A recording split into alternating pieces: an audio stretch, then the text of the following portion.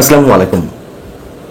প্রধান উপদেষ্টার পদ থেকে ডক্টর মোহাম্মদ ইউনূসের পদত্যাগের যে বিষয়টি তা স্রেফ একটা নাটক ছিল এবং সেই নাটকটি মারাত্মকভাবে ফ্লপ করেছে।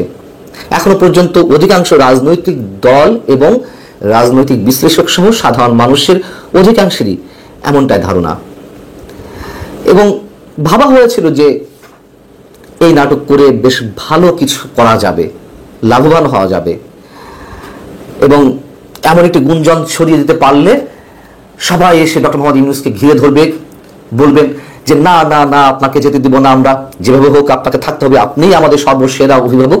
কিন্তু বাস্তবে আসলে তেমনটি দেখা গেল না। এবং এইগুলো আমার কথা নয়, এগুলো অধিকাংশ রাজনৈতিক দল এবং বিশ্লেষকদের যে মন্তব্য তার মধ্যে দিয়ে এমনটা ফুটে ওঠে। কিন্তু উদ্দেশ্য আসলে কি ছিল? বিষয়টি যতটা এখনো পর্যন্ত যতটা জানা যাচ্ছে যে ডক্টর মোহাম্মদ ইউনূস তার অনুগত বা তার নিয়োগকর্তা ছাত্রদের দেখে তিনি বললেন যে তোমরা এমন করছো কেন, এমন করলে তো আমি থাকবো না, আমি পদত্যাগ করব, অভিমানের সঙ্গে সম্ভবত বলছিলেন। সেটিকে ক্যাশ করলো এনসিপি, জাতীয় নাগরিক পার্টি, এবং রীতিমতো আন্তর্জাতিক গণমাধ্যম বিবিসি বাংলাতে সাক্ষাৎকারে নাহিদ ইসলাম সেটি বলে ফেললেন। উদ্দেশ্য ছিল তিনটি। একটি হচ্ছে এটি করে একটি বিশেষ মহলকে উত্তেজিত করে সেনাবাহিনীর বিরুদ্ধে উস্কানি দিয়ে মোটামুটি সেনাবাহিনীকে একটা নাস্তানো অবস্থায় নিয়ে যাওয়া। দ্বিতীয়ত, চরম একটি বিশৃঙ্খল পরিবেশ তৈরি করে যে মূল উদ্দেশ্য একটি মহলের নির্বাচনকে দীর্ঘায়িত করা, এবং সরকারের যা কিছু ব্যর্থতা সেগুলোকে একটু আড়াল করার চেষ্টা করা। কিছুই কি হয়েছে? আমরা কিছু সিমটম দেখেছি যে যারা এগুলো করছিল তাদের যারা সহযোদ্ধা তারা সেনাবাহিনীর বিরুদ্ধে হুঙ্কার দিতে লাগলো, নানান ধরনের উস্কানিমূলক বক্তব্য দিতে লাগলো, এমনকি সরকারের মধ্য থেকে কেউ কেউ এই কাজটি করতে লাগলো। তো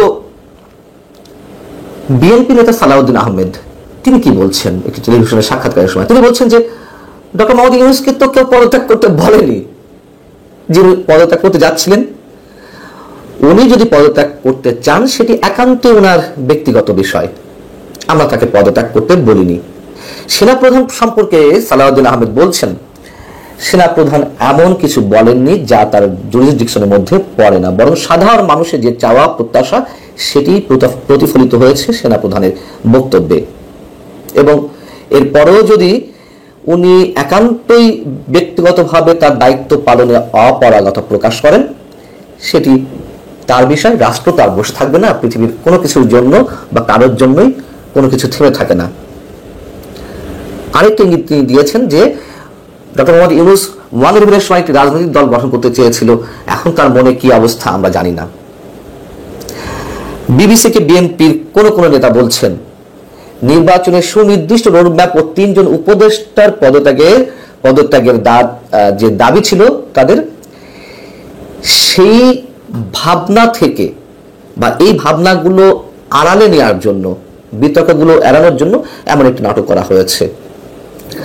এবং মাহমুদুর রহমান মান্না কি বলছেন আরেকটি টেলিভিশন, একটি টক শোতে, বাংলা ভিশনে, তিনি বলছেন যে এনসিপি কে প্রমোট করেছে ডক্টর মোহাম্মদ ইউনূস। 52 থেকে আজ অবধি, 52 ভাষা আন্দোলন থেকে আজ অবধি বাংলাদেশে যতগুলো আন্দোলন হয়েছে তার নেতৃত্ব তো ছাত্ররাই ছিল, কিন্তু সেই ছাত্ররা কখনো ক্ষমতায় বসতে চায়নি, রাজনৈতিক দল গঠন করেনি। রাজনৈতিক দল গঠন করলেও তারা ক্ষমতায় যাওয়ার জন্য অতটা উদ্গ্রীব হয়ে ওঠেনি।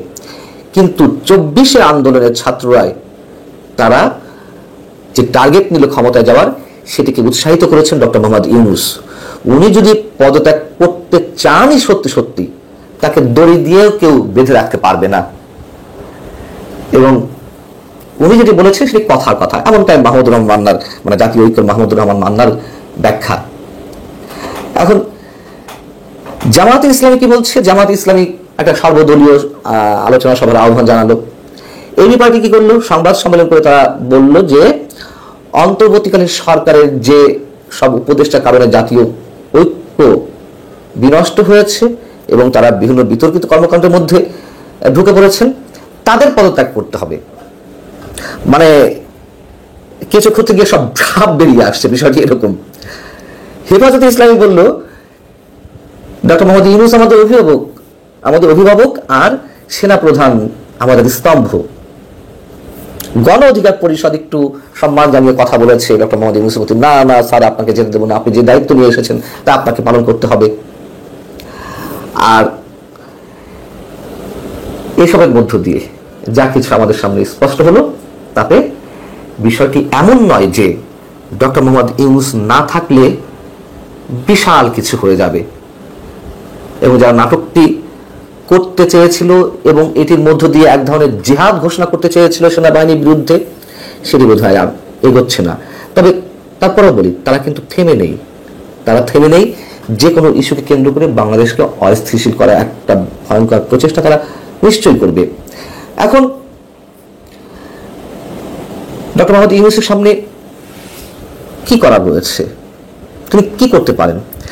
রাজনৈতিক বিশ্লেষকদের অনেকে, বা আমারও, মানে আমি একজন ছোট মানুষ হিসেবে আমার যেটি মনে হয় যে অধ্যাপক ইউনূস পদত্যাগ করে চলে যেতেও পারেন, এটি তার বিষয়, এবং দলগুলোকে, মানে এটা একটা করতে পারেন। আরেকটা হচ্ছে দলগুলোকে অংশীজনদের আস্থায় এনে নির্বাচনের দিকে তিনি দ্রুত হাঁটতে পারেন, নির্বাচনের একটা রূপরেখা তিনি দিয়ে দিতে পারেন, এবং সবার যে চাওয়া এই ডিসেম্বরের মধ্যে, ডিসেম্বরটা এখনো অনেক বাকি, কেবলমাত্র মে মাস, এখনো 7 মাস বাকি, এর মধ্যে একটা নির্বাচন ব্যবস্থা করা। আর সবশেষ বলতে হয়, প্রধান উপদেষ্টার পদত্যাগের গুঞ্জন এবং উপদেষ্টাদের নিয়ে যে চলমান বিতর্ক, সেগুলা অন্তর্বর্তী সরকারের স্থিতিশীলতা নিয়েই বড় প্রশ্ন তৈরি করেছে। অর্থাৎ মাঝে বলছিলাম যে কেঁচো খুঁটতে গিয়ে সাপ বেরিয়ে পড়েছে, মানে এই নাটকের তো আসলে কোনো লাভের লাভ হয়নি, বরং বিশেষ একটি গোষ্ঠীর একটি বিশেষ চেহারা সবার সামনে স্পষ্ট হয়েছে। আবেগকে কাজে লাগিয়ে তারা যে বেগের সৃষ্টি করতে চাইছিল, সেটা বুমেরাং হয়েছে। আল্লাহ হাফেজ, ভালো থাকুন সবাই।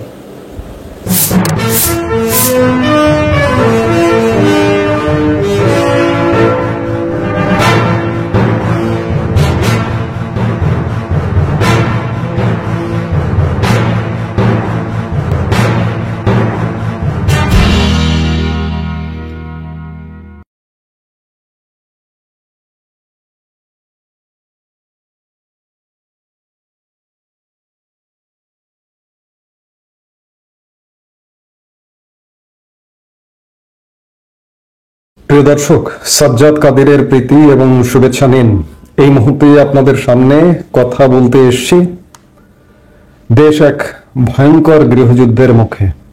কে থাকছে কে থাকছে না, এই প্রসঙ্গটা নিয়ে কথা বলবো। ডক্টর মোহাম্মদ ইউনূসের পদত্যাগ বিষয়টি, এটি এখন আর নাটক বা গুজবের পর্যায়ে নেই। পদত্যাগ বিষয়ে যে আলাপ আলোচনা, এটি ইতিমধ্যে গণমাধ্যমে চলে এসে। আমি আজকের দিনের আরেক ভাগে একদম প্রত্যুষে সকালের এক ভিডিওতে বলেছিলাম যে কি কি ঘটনা ঘটছে। আসলে এই ঘটনাগুলো ঘটছে, এগুলো বিভিন্ন সোর্স থেকে জানা গেছে যে ডক্টর মোহাম্মদ ইউনূস পদত্যাগের চিন্তা ভাবনা করছেন, এবং ডক্টর মোহাম্মদ ইউনূস পন্থীরা ব্যাপক তৎপরতা চালিয়ে যাচ্ছেন যেন যে কোনো মূল্যে এই অন্তর্বর্তীকালীন সরকারটি টিকে থাকে। সেই প্রচেষ্টা এখন পর্যন্ত অব্যাহত আছে। এই জন্য আগামী 24 থেকে 48 ঘন্টা বাংলাদেশের জন্য এক কঠিন ক্রান্তিকাল, এক কঠিন সময়। বাংলাদেশ এই মুহূর্তে এক কঠিন ক্রান্তিকালে দাঁড়িয়ে, বাংলাদেশ এক গৃহযুদ্ধের মুখোমুখি দাঁড়িয়ে। ডক্টর মোহাম্মদ ইউনূসকে রক্ষা করতে নানা ধরনের ঘটনা ঘটতে পারে, নানা ধরনের ঘটনা প্রচেষ্টা হতে পারে। আমরা অতীতে নানা রকম ঘটনা দেখেছি। 75 পরবর্তী সময় আপনাদের নিশ্চয়ই, যারা আপনারা সেই সময় পৃথিবীতে ছিলেন তারা জানেন, আমরা ইতিহাস থেকে পড়েছি, আমরা সেই সময় পৃথিবীতে ছিলাম না। তা আমরা যেটি দেখেছি যে তাৎক্ষণিক 75 পরবর্তী সময়ে ক্যান্টনমেন্টে একের পর এক নানা রকম ঘটনা ঘটেছিল। আজকে গত 10 মাসে দেশে সমাজে বিশৃঙ্খলা, কিন্তু সরকার স্টেবল। 10 মাস ধরে সরকারটি স্টেবল। সবচেয়ে বাংলাদেশের ইতিহাসের সবচেয়ে ব্যর্থ সরকারটি 10 মাস কন্টিনিউ করতে পারছে, এটি এক বিস্ময়ের বিষয়। ক্যান্টনমেন্টে কোনো ধরনের রক্তপাতের ঘটনা ঘটেনি, কিন্তু আজকে দেশ এমন এক মুহূর্তে দাঁড়িয়ে যে কোনো জায়গায় যে কোনো সময় বড় ধরনের আইন বহির্ভূত, নিয়ম বহির্ভূত ঘটনা ঘটে যেতে পারে। সেটি ক্যান্টনমেন্টে ঘটতে পারে, সেটি ক্যান্টনমেন্টের বাইরে ঘটতে পারে। সার্বিক অবস্থার দৃষ্টিতে, সার্বিক তথ্য বিশ্লেষণ করে যেটি বোঝা যাচ্ছে যে আগামী ঘন্টা, 24 থেকে 48 ঘন্টা দেশের জন্য অত্যন্ত গুরুত্বপূর্ণ সময়। ডক্টর মোহাম্মদ ইউনূস পদত্যাগ করবেন এমন সিদ্ধান্ত নিয়েছেন, এমনকি তিনি জাতির উদ্দেশ্যে ভাষণ দেবেন ইত্যাদি, অনেকে সর্বদলীয় বৈঠকের কথা বলছেন ইত্যাদি নানান কথা। জাতির উদ্দেশ্যে ভাষণ দিয়ে কি তিনি পদত্যাগ করবার সুযোগ পাবেন?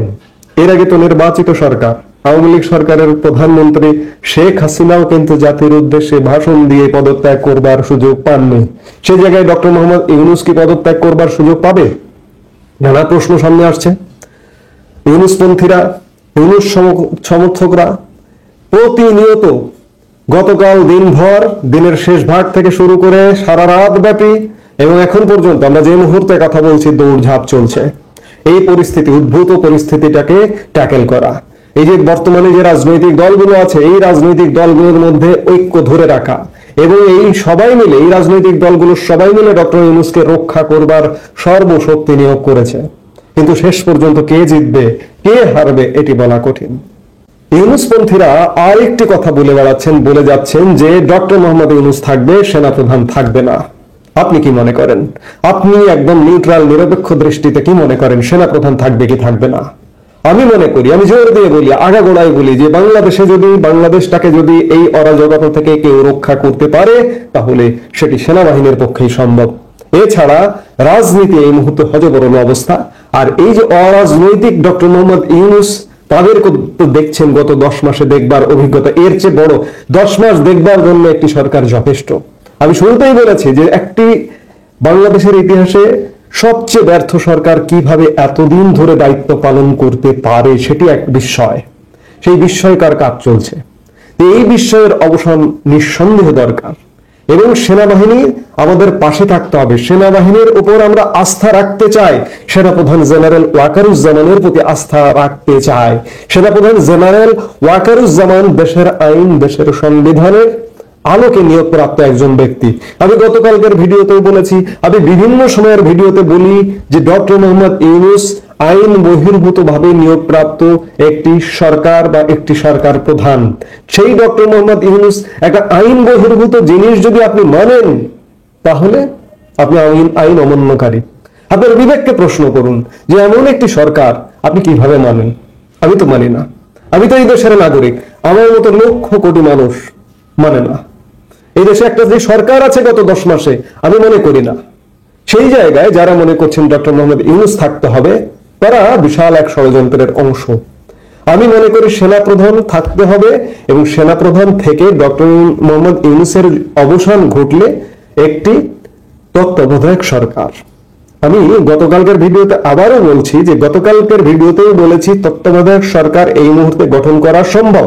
আমাদের সংবিধানে যেটি ছিল, তত্ত্বাবধায়ক সরকারের নিয়ে হাইকোর্ট বিভাগের একটি রায় হয়েছে গত ডিসেম্বরে, সেই রায়ের আলোকেই তত্ত্বাবধায়ক সরকার গঠন করা সম্ভব।